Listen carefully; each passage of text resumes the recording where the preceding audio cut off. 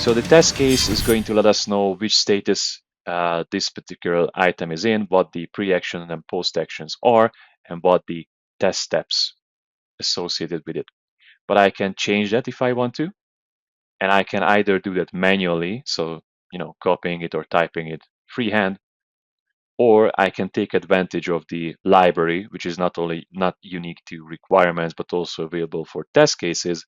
Select one with existing test steps, for example, and I can just simply add those steps, although it wouldn't make much sense here right now. Still, I could do that if I wanted to.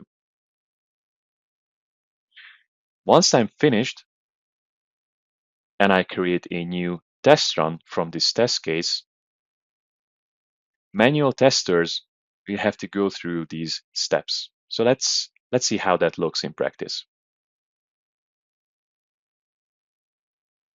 During the test run, I can pass, fail, or block steps, and also report bugs or defects into their dedicated trackers in a streamlined fashion.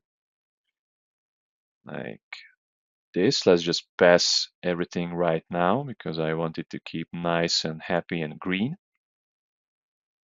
After the test, I will get an overview of how I did with the most important data, and navigating back to the coverage browser, this is also going to be reflected as soon as I hit on the query button.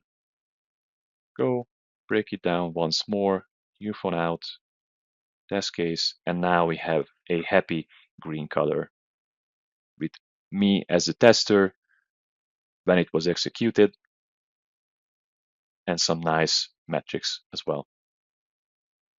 As manual testing is only half the battle, Codebeamer supports multiple third-party tools, tool integrations for automated testing purposes. For example, Jenkins and Azure would be the most common ones. And